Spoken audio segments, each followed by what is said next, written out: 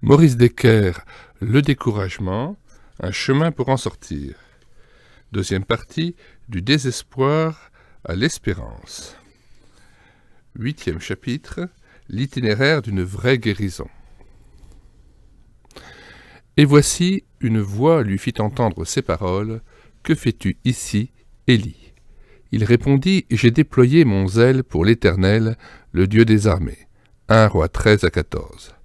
À notre tour d'être surpris, car nous avons déjà entendu les paroles et la musique de cette chanson. N'était-ce pas tout juste avant une visite divine, insolite et très inhabituelle pour le prophète ?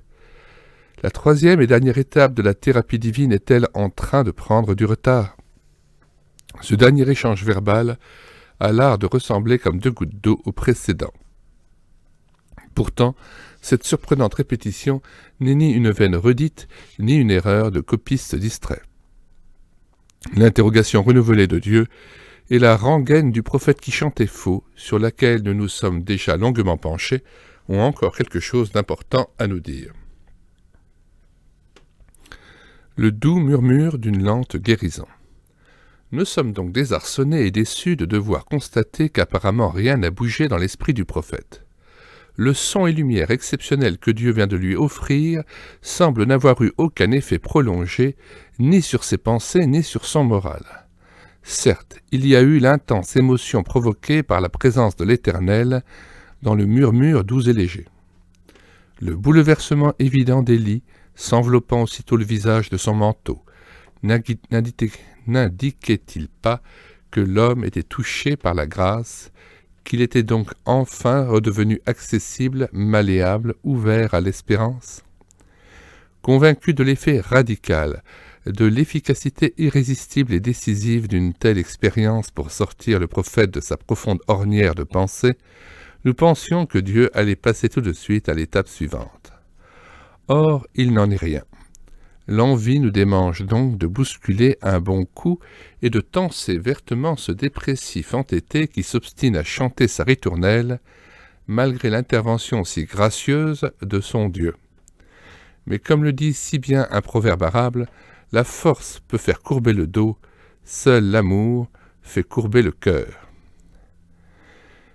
N'est-il pas vrai que, lorsque des bien-aimés sont aux prises avec un profond découragement, sangsues voraces qui les laissent exsangues, vidés de toute leur énergie, nous aimerions tant qu'un changement radical intervienne sur le champ dès notre première tentative pour les sortir de leur marécage. Nous voudrions pouvoir les arracher à leur ornière en un clin d'œil, les faire remonter à la surface à toute vitesse, juchés sur le dos d'un aimable dauphin. À notre humble avis, Dieu devrait opérer beaucoup plus souvent son œuvre de guérison à coups de baguette magique. Il devrait obéir promptement, au doigt et à l'œil, à nos injonctions expresses pour la libération de ceux que nous aimons. C'est ainsi que nous pensons, non seulement pour le relèvement des autres, mais aussi pour notre propre restauration. Pourquoi dois-je aller me laver 7 fois de suite dans le même Jourdain avant d'être guéri de ma lèpre, alors qu'une simple imposition des mains faciliterait tellement les choses pour tout le monde ? Note 1. Allusion à la guérison de Naaman, le Syrien raconté dans 2 Rois 5, 1 à 19. Dans ce domaine, comme dans d'autres, nous avons une prédilection pour tous les raccourcis, oubliant trop facilement que certains d'entre eux nous ont valu des expériences cuisantes et des errements fort regrettables dans le passé. Mais Dieu, lui, ne brûle jamais les étapes. S'il repose patiemment la même question à Élie, c'est qu'il connaît parfaitement les résistances et les réticences, les forteresses et les oubliettes du cœur humain. Dieu ne se laisse pas bousculer par le temps. Il en est le maître, et bien qu'il ne soit jamais pressé, il n'est jamais en retard pour autant. Il sait que le traitement dans son ensemble nécessite obligatoirement un certain temps, car le temps est aussi ouvrier de Dieu dans son labeur patient et persévérant pour rectifier, relever, reconstruire, restaurer, guérir en profondeur, solidement et durablement. Bien construire ou reconstruire prend beaucoup plus de temps que démolir. Il faut donc savoir reposer les mêmes questions pour écouter encore et pouvoir ainsi faire le point, évaluer le chemin déjà parcouru, identifier ce qui bloque encore et délivrer le juste remède au bon moment. Pour relever par la parole les cœurs découragés, il faut une langue de disciple attentif. Cette langue exercée est étroitement dépendante d'une oreille tendue et grande ouverte, d'une écoute appliquée de disciple attentif. Ésaïe 50, verset 4. Devant la tentation, dans la maladie quelle qu'elle soit, d'exiger systématiquement de Dieu le miracle spectaculaire d'une guérison instantanée par la foi, le docteur Samuel Pfeffer tire de l'expérience d'Élie un autre enseignement qu'il vérifie constamment, entre autres dans sa relation suivie avec les personnes atteintes de dépression. Aujourd'hui encore, comme au temps du prophète Élie découragé, Dieu préfère rencontrer l'homme dans le doux murmure d'une lente guérison opérée dans le calme, plutôt que dans le vacarme de grandes manifestations. Samuel Pfeffer, note 3, Entourer les faibles, édition Brunnen Verlag, Bâle, 1991, page 179. L'ouvrier est plus que l'œuvre. J'ai déployé mon zèle pour l'Éternel. Collectionnons d'abord quelques autres traductions pour mieux saisir le relief et l'intensité du message brûlant que le prophète laisse échapper de ses lèvres. J'ai fait éclater mon zèle pour toi. J'ai montré une passion jalouse pour le Seigneur. J'ai ardemment défendu la cause de l'Éternel. Je suis rempli d'un zèle jaloux. Je suis passionné pour le Seigneur. Cette emphase d'Élie dès ses premières paroles sur l'étendue de son zèle passionné dans l'accomplissement de sa tâche m'intrigue et m'oriente vers une autre dimension possible de son problème.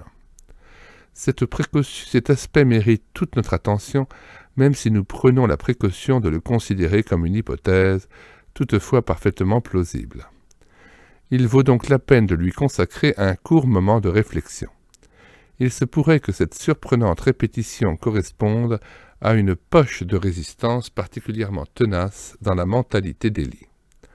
Peut-être son effondrement subite a-t-il aussi été favorisé par une pensée erronée solidement installée dans l'esprit du prophète, selon laquelle l'amour de Dieu, pour lui, dépendait étroitement de son activité, des fruits produits par son ministère.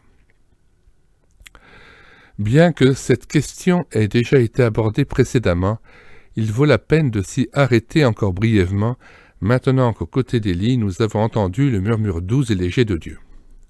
Ce complément de réflexion n'est pas sans importance, car la notion de l'amour qui se mérite colle très fort à notre peau. Elle appartient à la religion des bonnes œuvres, si chère à notre cœur orgueilleux et dont nous avons une peine inouïe à nous débarrasser.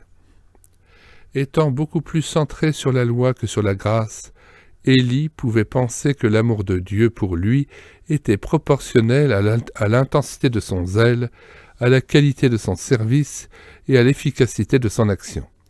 Son courage, son obéissance inconditionnelle, son esprit de renoncement et de consécration, sa fidélité et toutes les autres vertus déployées dans l'exercice passionné de son ministère prophétique devaient certainement dessiner un sourire accueillant sur le visage sévère de son Dieu. Il pouvait se croire aimé de l'Éternel principalement à cause de son œuvre de prophète. Son activité était donc essentielle, vitale, parce qu'elle le valorisait à ses propres yeux comme aux yeux de Dieu, surtout lorsqu'elle se révélait tant soit peu fructueuse. Je répète, son activité était donc essentielle, vitale, parce qu'elle le valorisait à ses propres yeux comme aux yeux de Dieu, surtout lorsqu'elle se révélait tant soit peu fructueuse. Élie courait même le risque d'en faire sa seule raison d'exister. Dans son esprit, chaque acte d'obéissance, chaque mission accomplie, chaque réussite le maintenait dans ce courant bienfaisant d'approbation et d'estime de Dieu. À cet égard, la victoire du mont Carmel lui fit atteindre un sommet jusqu'alors inégalé. Jamais sa cote de popularité n'avait grimpé aussi haut dans les sondages célestes. La soudaine remise en question de cette victoire par le message crucifiant de Jézabel et la conclusion hâtive d'échec total qu'il en tira pouvait lui laisser entendre que sa relation avec Dieu allait en être profondément affectée. Il lui semblait voir se dessiner une moue prononcée de sévères reproches sur le visage de son Dieu. Sa fuite au désert contribua à accentuer ce sentiment de faillite et de rejet de la part de Dieu.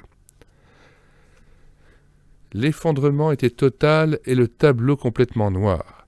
Plus d'approbation divine, plus de ministère, plus de projet, donc plus de sens à la vie. Mieux valait mourir. C'est peut-être aussi dans cet état d'esprit qu'il arriva enfin à la montagne de Dieu. L'ange cuisinier qui s'était penché sur lui en cours de route, à l'heure où il dormait sous son genêt, n'avait apparemment pas réussi à le dérider, encore moins à ébranler cette équation archi-fausse et perverse, profondément enracinée en lui. À Horeb, l'Éternel vient d'utiliser le langage des signes, avec ce murmure doux et léger, rempli de sa présence, pour lui faire comprendre qu'il n'est pas en colère contre lui et qu'il n'a jamais cessé de l'aimer. Il vient de lui dire, en quelque sorte, « Cette douceur tranquille qui te met en émoi exprime la paisible tendresse de mon amour pour toi. Sache que cet amour n'a rien à voir avec ton activité. Il n'est influencé ni par tes succès, ni par tes échecs. Il n'est déterminé ni par tes victoires, ni par tes défaites. Il ne dépend pas de ton courage et tes exploits. Je t'aime aussi quand tu es au chômage et au bout du rouleau, dans tes faillites et dans ta faiblesse. Ta personne est plus chère à mon cœur que tout le travail que tu accomplis pour moi. Je t'aime tout simplement. Je te chéris parce que tu es mon enfant. » Un orateur de la célèbre convention de Keswick, fondée en 1875 à la suite du réveil d'Oxford, intitula l'un de ses messages « L'ouvrier plus que l'œuvre ». En voici un court extrait. « Dieu n'a de compte à rendre à personne et nous n'avons pas la présomption de donner toutes les raisons qu'il peut avoir pour faire les choses comme il les fait. Mais il y a une raison en tout cas que nous pouvons discerner. Cette raison, c'est que l'ouvrier est plus que l'œuvre. Le caractère vaut plus que les simples actes. Celui qui fait une chose a plus de valeur que la chose qu'il fait. Eiffel Chapelle. Maçon bricoleur et médecin de néant. L'Éternel lui dit, « Va, reprends ton chemin par le désert jusqu'à Damas. » Verset 15a. La patience de Dieu n'est pas à confondre avec de la faiblesse. Elle ne doit pas être interprétée comme une invitation à s'abîmer dans une passivité malsaine et à attendre prostré et gémissant que la délivrance tombe soudainement du ciel. Si Dieu prend le temps d'écouter attentivement Élie une seconde fois jusqu'au dernier mot de sa jérémiade, c'est parce qu'il sait mieux que quiconque l'importance, pour l'âme découragée, de pouvoir se décharger à fond de tout ce qui pèse, étouffe et encombre un cœur chargé. Mais le Dieu d'Élie et le nôtre ne s'arrête heureusement pas là. Il ne saurait se cantonner dans une écoute simplement amicale, saturée de bienveillante neutralité, donc dépourvue de toute prise de position dérangeante, de toute invitation claire à passer aux actes pour un salutaire changement de cap. Ce genre d'écoute est fort à la mode par les temps qui courent, dans un monde qui adore la divinité tolérance et qui abhorre tout ce qui ressemble de près comme de loin à de la morale. Cette manière d'écouter sans vraiment se mouiller débouche généralement sur des bricolages et replâtrages catastrophiques à plus ou moins long terme. Il s'apparente à ceux des prophètes de mensonges qui se prenaient pour des maçons habiles, alors qu'ils se bornaient à recouvrir d'un beau crépi les murs lépreux et lézardés, sur le point de s'écrouler de la maison menaçant ruine de l'Israël infidèle. Ézéchiel 13, 9-16. Il ne s'agit pas de devenir une espèce de déversoir à doléances et à dépressions multiples. Il convient aussi de savoir renvoyer la balle, voire placer l'autre au pied du mur. Écouter ne veut pas dire tout accepter, y compris les bavardages inutiles. Il ne faut pas confondre être attentif et se laisser vampiriser. Il y a des personnes, vous pourriez les écouter des siècles sans que cela ne change à rien pour elles. Elles adorent se raconter, mais qui n'aime pas cela? Et parfois elles adorent cultiver leurs problèmes.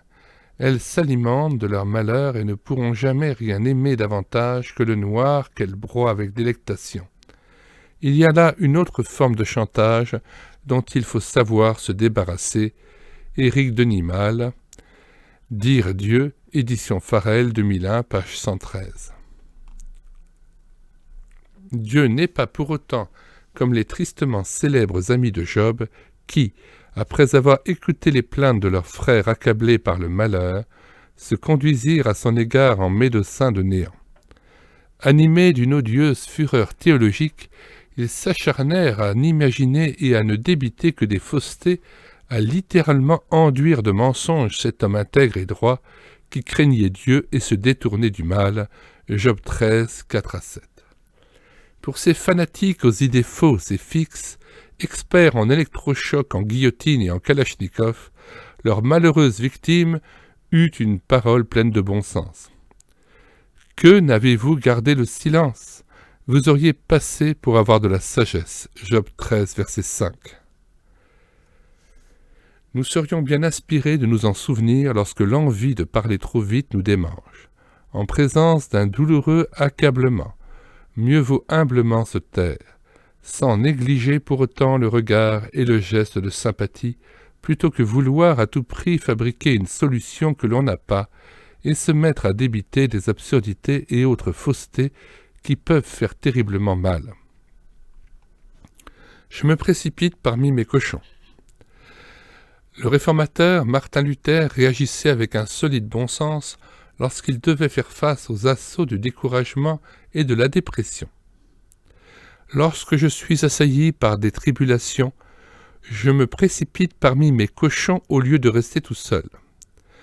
Le cœur de l'homme, s'il n'est pas occupé à quelque chose, donne accès au diable qui s'immisce en nous et apporte avec lui toute une armée de mauvaises pensées, de tentations et de tribulations qui nous oppriment.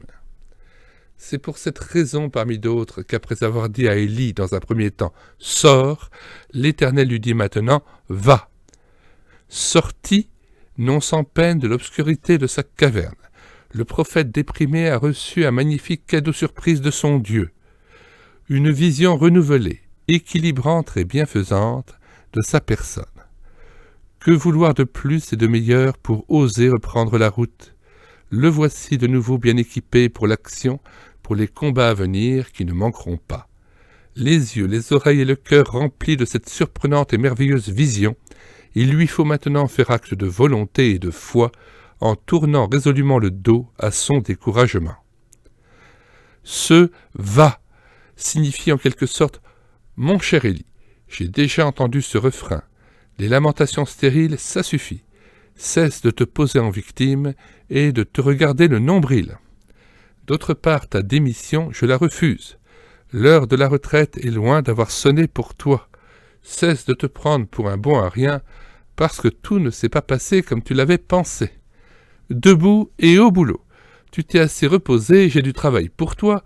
Tiens, voici ta feuille de route, ton ordre de mission. Pars sans tarder, je suis avec toi. Bon voyage. Dieu ouvre à son serviteur de nouvelles perspectives, lui fixe de nouveaux objectifs et lui confie de nouvelles responsabilités. Il lui remet une liste précise de noms et d'adresses de personnes qui doivent être contactées et investies d'une charge bien précise. En procédant ainsi, l'Éternel lui donne l'impulsion nécessaire pour qu'il sorte enfin de son égocentrisme malsain. Lorsque vous avez l'impression d'être pris dans une sorte de tourbillon et que vous ne pouvez pas vous oublier vous-même, quand vous vous apitoyez sur votre sort et que vous avez l'impression de traverser des moments particulièrement difficiles, que tout est contre vous et que cela suffirait presque à vous faire perdre espoir, un des meilleurs remèdes, c'est de vous asseoir et de vous dire « Que devient un tel ? Comment va celui-ci ou celle-là ?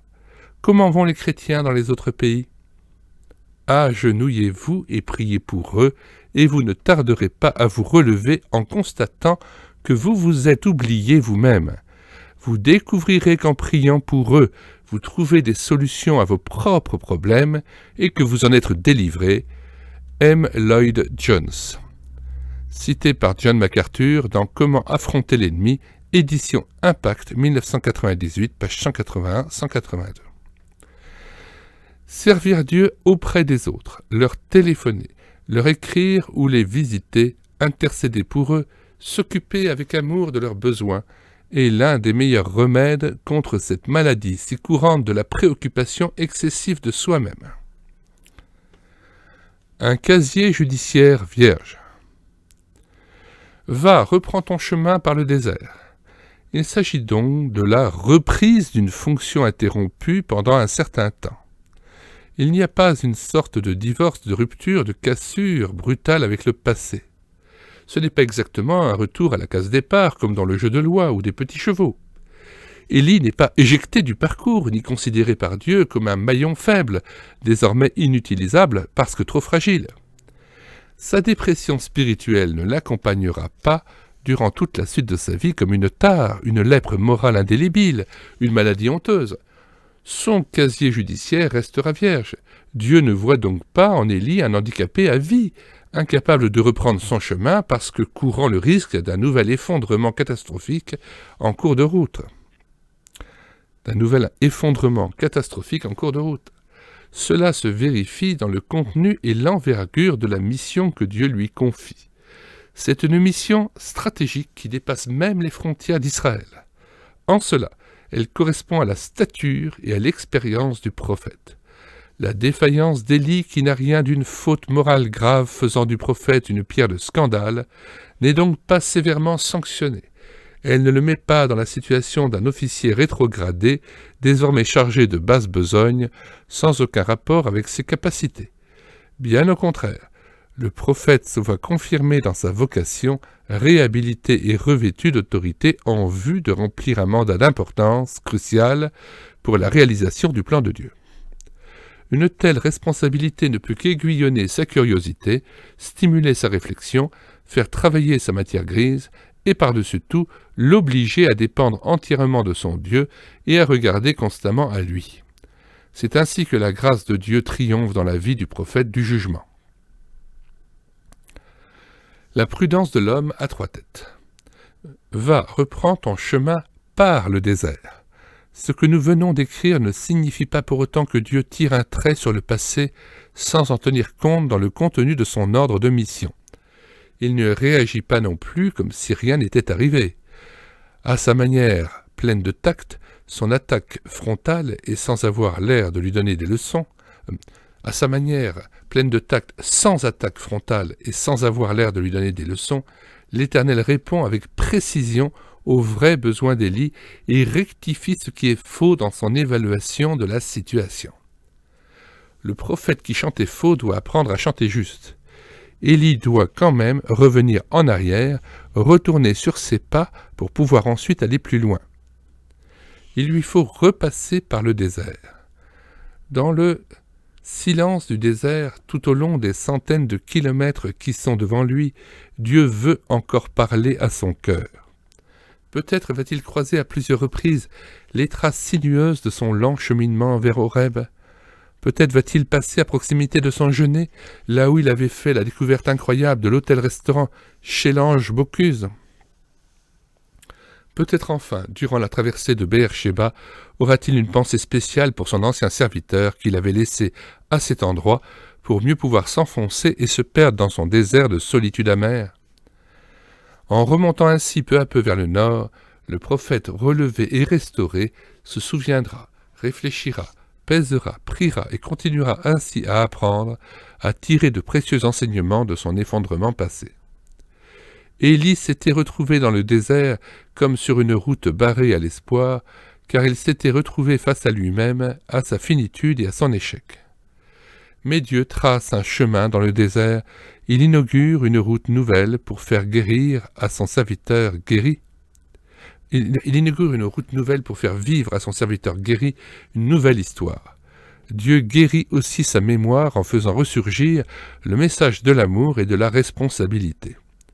Ce lieu aride et inhospitalier devient un lieu de guérison, un lieu pour rééduquer et rectifier une relation déformée. Il aurait pu être un tombeau, mais il devient un berceau, un lieu de perdition, mais il devient un lieu de guérison. P. Bolognesi. Dans une composition intitulée « Allégorie de prudence », le célèbre peintre vénitien Titien, vers 1490-1576, a représenté la prudence par un personnage à 3 têtes. La première tête est celle d'un jeune homme au regard tourné vers l'avenir. La deuxième correspond à un homme mûr dont les yeux fixent le présent. Et la troisième est celle d'un sage vieillard au regard tourné vers le passé. Au-dessus de ces 3 têtes, l'artiste a inscrit une légende en langue latine. En voici la signification à partir de l'exemple du passé.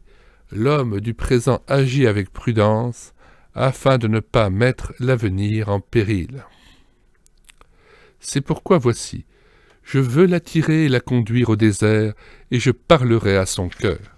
Là, je lui donnerai ses vignes et la vallée d'Achor comme une porte d'espérance, et là, elle chantera comme au temps de sa jeunesse. Osée 2, 16 à 17.